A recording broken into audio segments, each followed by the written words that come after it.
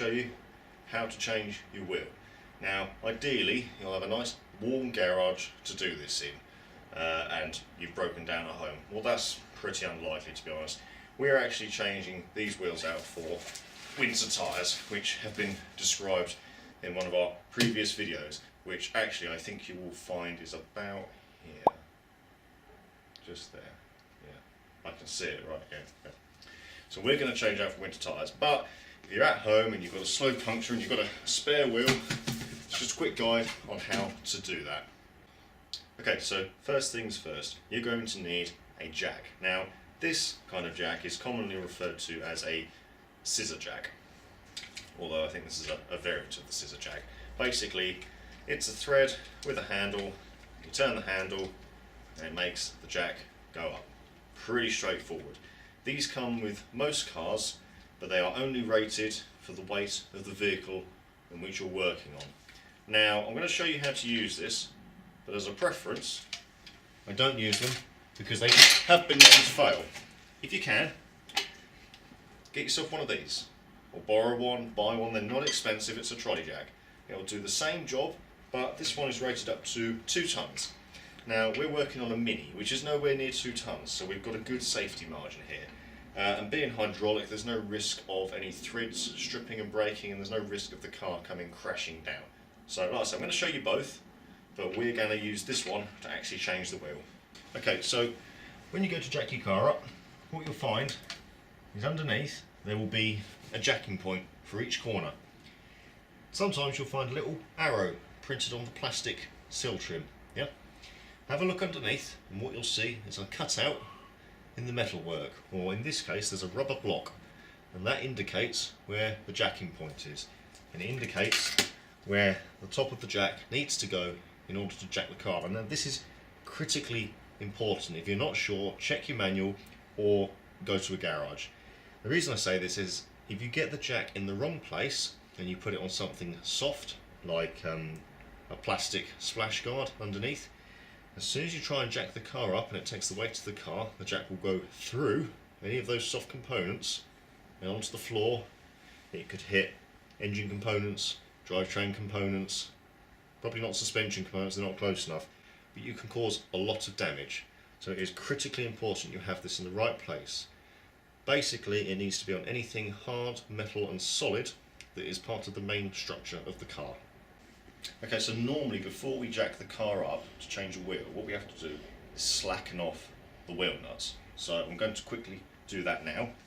In this case, we've got a plastic cover over the wheel nuts. So get yourself a small flathead screwdriver, and there will be a small notch cut out in the plastic guard.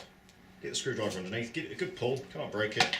There we go, comes straight off, just some springs to hold it in. 4 wheel nuts, these are all the same. Most cars have a locking wheel nut. This doesn't. We took them off because they are horrific. They are prone to breaking. People don't steal wheels these days. Everybody's got alloy wheels. It's not as applicable. So we have 4 standard nuts. But what you'll find is we're going to use a breaker bar with the right size socket. Most cars will come with the breaker bar already. But if you've got a locking wheel nut, you'll find you'll get an extra piece that looks a bit like this, and it'll have a pattern which specifically fits one of the wheel nuts. You'll use that on the bar to loosen that locking wheel nut. Because they're so prone to breaking, it is important you ensure that the bar is flush, flat and well seated against it. Push against the nut, get someone to help you if necessary, and when you're ready, just crack the nut. There you go, just enough to make it loose. I'm going to tighten it back up a fraction. What we're doing is we're slackening the nuts off while the wheel is steady against the ground. So when the wheel comes off the ground, it's easy to release the nuts. If these were wanged up completely tight with the wheel off the ground, as soon as you try to turn the nut, the wheel will spin and you'll never get them undone. So we're just going to quickly loosen all 4 of these.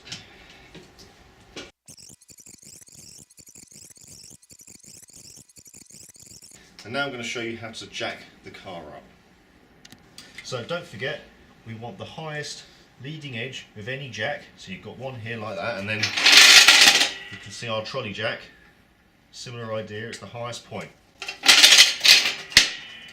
I'm going to slide this underneath, bring it down a little bit, and what I'm going to do to make life easier, I'm going to raise the jack by hand so that it slots into place. So I can now feel that's inside the hollow rubber bung that they've provided, which means that leading edge is now in contact with the sturdy metalwork of the frame.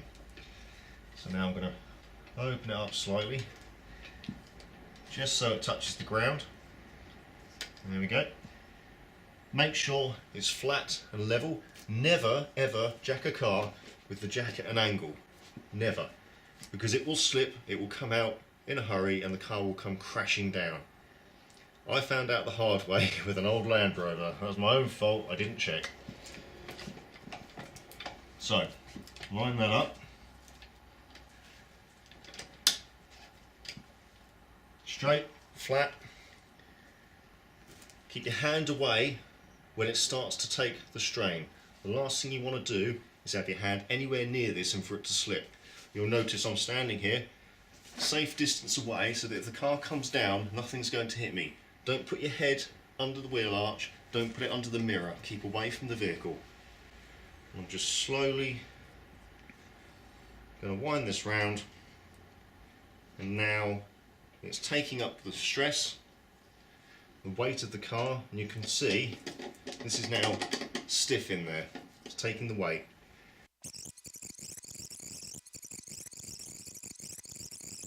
You can hear the suspension creaking, that's normal. Almost there. Okay, what I'm going to quickly do, give that a push. Right, we're off the ground, okay? So a little bit further, just to give ourselves some clearance. I'm going to stop. At this point, never ever under any circumstances, when you've only got a jack under the car, do not put any part of your body under the car. Do not put your feet under the car, do not put your hands under the car. Do not put your head in the wheel arch. And for God's sake, do not put your hand under the tyre. Because if the jack was to fail for any reason, you will crush your hand or any other part of your body that is underneath. And trust me, it's not pleasant. Okay, so now we're going to take this scissor jack out, and that's just a preference because we've got the trolley jack. It's quicker, easier to use, and in our eyes is safer because of the weight it can take, in this case 2 tons. Okay, so once again, one hand on the lever, and we're going to slowly back off. Don't do it quickly, no sudden movements, gently round.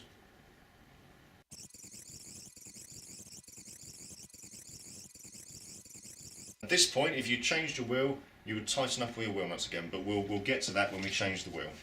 So, we're going to move to our trolley jack now. Now, when using a trolley jack, bearing in mind the cup on the end of the trolley jack has protruding pieces. Now, this is normally so it can seat on certain components, and it gives it a fairly general purpose use. You don't have to use it on just a car. I actually use mine to help hold the gate up and the door when I repaired it.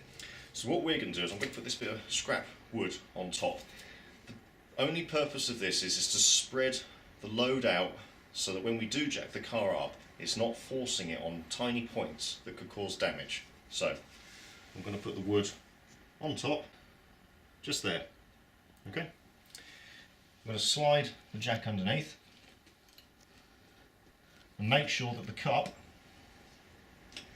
is directly under the jacking point. The weight will be evenly distributed across the jacking point. With the trolley jack, you'll get a handle, and there's a valve at the bottom here. When you turn the valve to the left, it will lower the jack. When you turn the valve to the right, it closes the valve, which means the arm can't go down. Ensure that the valve is fully tightened to the right. Put the handle in the jack, lock it so it can't pull out. Bring the handle up and gently start to push down. And you'll notice straight away this requires minimal effort and the car moves considerably further with each stroke. You'll hear the wood crack a little bit, that's fine, it's under strain, but it's doing its job, it's spreading the load of the car out.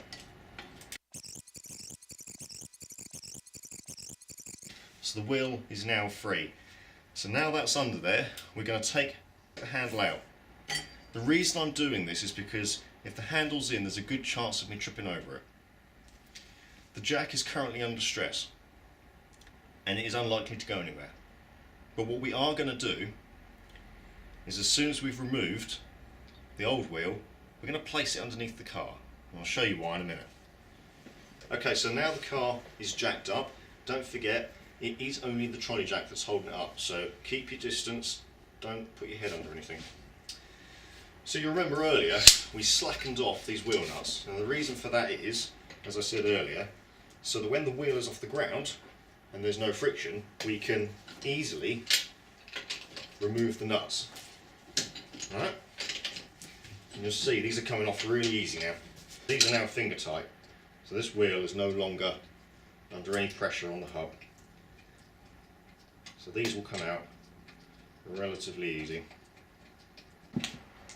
So now, very quickly, grab the wheel and lift, remove, and this exposes the hub. Now at this point, I'm going to put the old wheel underneath the car, just like that.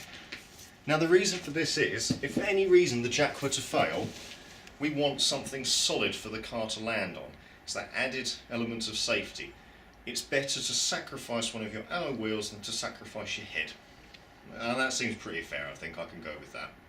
Now we've used the wheel to hold the car up, but other things you can use are axle stands will do a similar job. Not so much on this car because there's not so many places to put them, but especially for the cars with fixed rear axles, solid beams, they work well. Blocks of wood. I know a chap who used to have a box full of wood and he would slide it underneath any car he was working on, so if there's a problem, it lands on the wood and not him. So, let's grab our new wheel.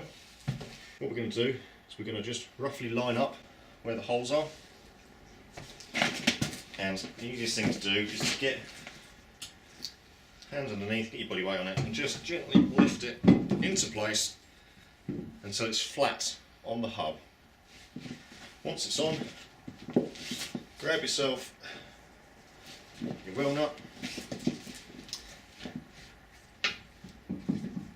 spin the wheel until it lines up, pop the nut in,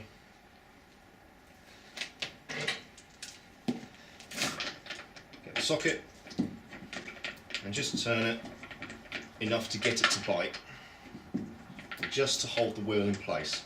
There we go, so now it's attached. They don't need to be that tight, just for the moment, just enough to keep it in place. So we get the second nut, go to the opposite corner, same again. It's also important to remember, these should go in very easy. If for any reason it feels like it's binding and you're having to really try quite hard, like it's done here, either its thread is not in the right place and it's threading, the thread is dirty, or sometimes if the wheel is pushing against the bolt, that will also stop it from going in.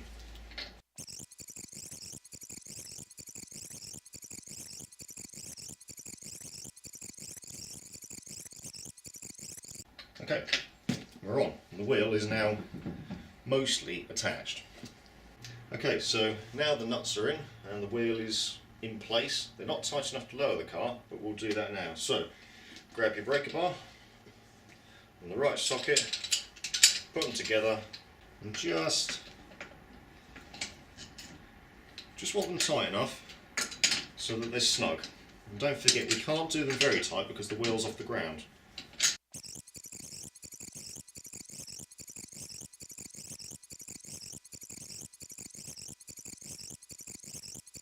We're now going to lower the car and the wheel will be sturdy enough to take the weight until we can get the nuts tightened up.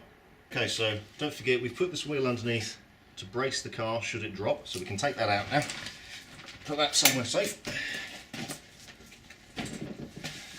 And then we can lower the car. Now if you remember earlier I talked about this valve here. So we're going to put the bar on the valve, keeping a safe distance from the car using two hands. I'm going to slowly start to turn it counterclockwise. You'll see you only need to move a little bit and the car will start to come down. Very gently. Hear the suspension creaking again, taking up the weight. And you'll hear the jack creak a little bit as well. There we go. Easy does it. There we go.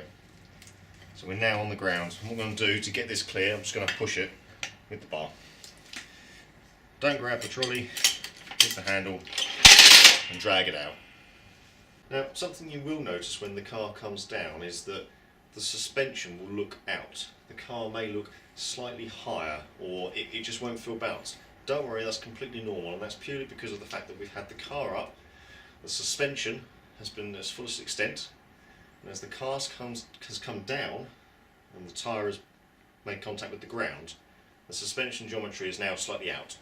And what you'll find is when you go to drive the car again, it will settle and it'll be back how you found it. So don't panic if it looks a bit off. Now the car's back on the ground, we can get these wheel nuts tightened up. And obviously we did them enough to keep the wheels steady when the car hit the ground. And now we can wang them up as tight as we like. And always, with this, go diagonally. This ensures that the wheel is tightened up evenly as we go around. Now obviously with 4 bolts it's a bit difficult to go diagonally every time because you'll just be going between the same 2. So we started down here and we came diagonally, move across one,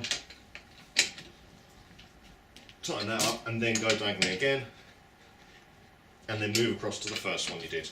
And keep repeating this pattern until they're nice and tight. And the only thing you need to do now is just check your tyre pressures. Now I only say that because normally if it's a spare wheel or a spare set of winter tyres, they've probably been sitting long enough that the tyre pressures are probably just dropped. So check your manual and just make sure you have got the right tyre pressures in there. So that's all from me. Thank you for watching. Don't forget to comment, like and subscribe, and we'll see you soon.